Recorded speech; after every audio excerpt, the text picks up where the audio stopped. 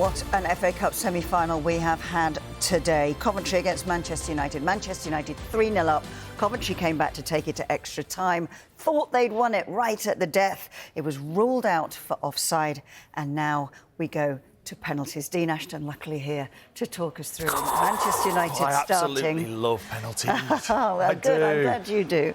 Right, go on. Who's up? Who's up? So, first of all, Manchester United have won both of the coin tosses. So it is going to be at the Manchester United end, and Manchester United get to go first. The first thing I would already say is Casemiro looks like he's going to be the first Manchester United penalty taker, and he's already walked as if he's going to be at the edge of the penalty area, while the referee is still talking to the goalkeepers about what they obviously can't do in this shootout. So Casemiro's waiting.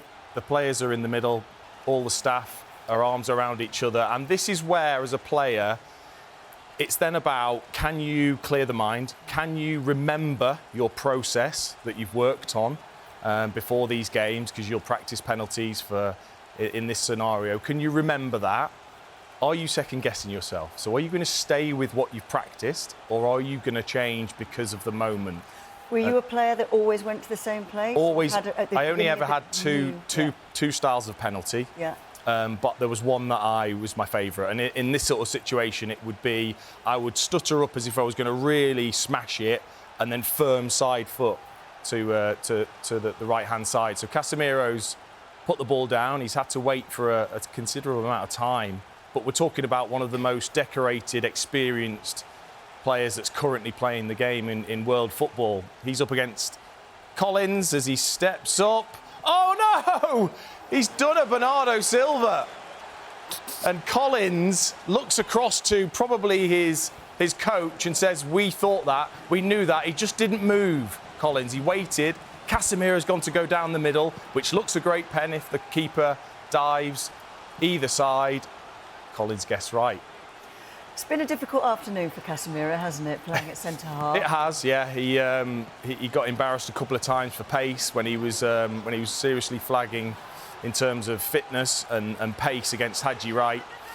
But Andre Onana, who's a bit of a showman himself, in that bright green goalkeeping kit, which I always think is important for a goalkeeper to have a bright kit to try and take a little bit of something to the player's eyesight. Well, Haji Wright has taken one in added time. He's the first up for Coventry City. Is he going to go the same way as he did in the full game? Andre Onana's got to make that decision. He doesn't. He goes the opposite way and puts Coventry City 1-0 ahead. So that's the gamesmanship there for Haji Wright and Andre Onana. Which way was he going to go? You always need to have two, I guess.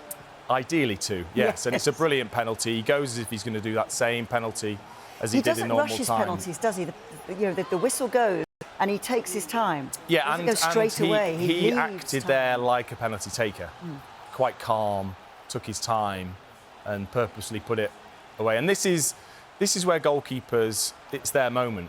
It's certainly their moment in the light. And Diogo Dalot is next up for Manchester United. Again, another very experienced player. A lot of players these days, they start their run up very straight on the edge of the box, do that little shuffle to the left-hand side, which he has done, a couple of steps, and then sends Collins the wrong way. It's pretty much identical to Haji Wright in terms of looking like you're going to force that side foot and then just at the last second, just whip it across. So 1-1 in the shootout, but Manchester United having missed their first penalty. And this is already where players are on the halfway line, starting to think about their penalty. What's that walk like? Oh, it's horrible. It's horrible because it's so quiet most of the time. And then you've usually got the player walking past you that normally says something to you. Andre Onana's playing up, as he should do, try and make a bit of theatre of it to try and put the players off. And it's Victor Torp who's going to step up. A shorter run-up, actually, than the other players so far. Oh, what a penalty that is. And he's taken my favourite penalty, which is the one where you go up as if you're going to smash it and then hard side foot, but he's gone high, right into the top corner. It's stunning, isn't it? I don't think he probably meant it to go that high, but it doesn't matter. So Coventry 2-1 ahead, and both teams have taken 2 penalties. Christian Eriksen So Manchester United have very much gone for experience so far in the shootout. And Eriksen, a wonderful technician, could probably send it any which way, either side and down the middle. Can he handle the pressure? It doesn't matter whether you're experienced, can you still handle the pressure in the moment? Collins making himself big. And Eriksen, brilliant. He just took his time and made sure. And what's so important as well is that the strike is good. It's no good trying to send the keeper the wrong way but not hitting it properly. Power is usually the thing that will beat a goalkeeper. Mess around with the eyes if you need to look at the ball. Yeah. Some penalty takers are brilliant at it now that can kind of almost look at the goalkeeper, not at the ball. I wouldn't have been able to do that. So Callum O'Hare is now 2-2 in the shootout with Callum O'Hare with the opportunity to make it 3-2. Very, very confident player. He's smiling, Callum O'Hare.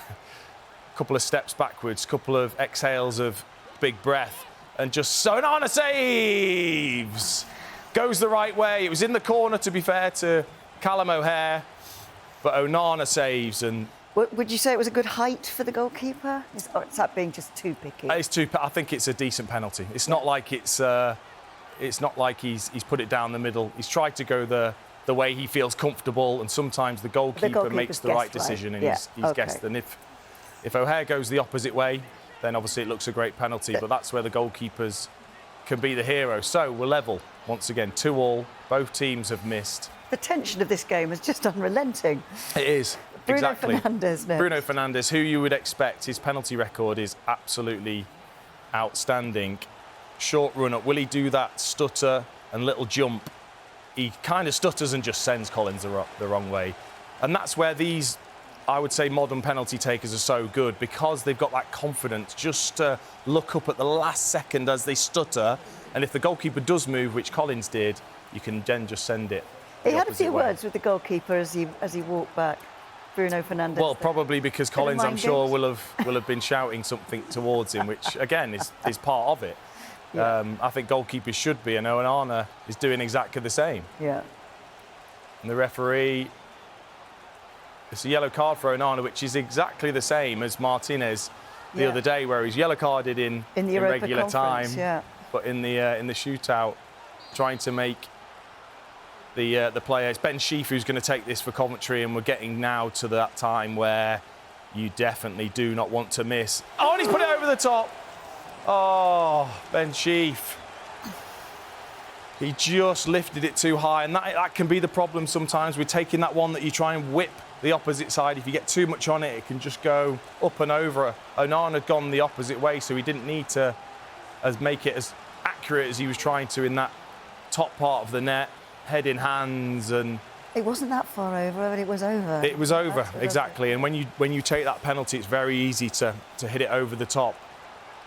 And now Manchester United, with that opportunity to win it, to get out of this game, which would be incredible considering they were 3-0 ahead, pegged back to 3-3.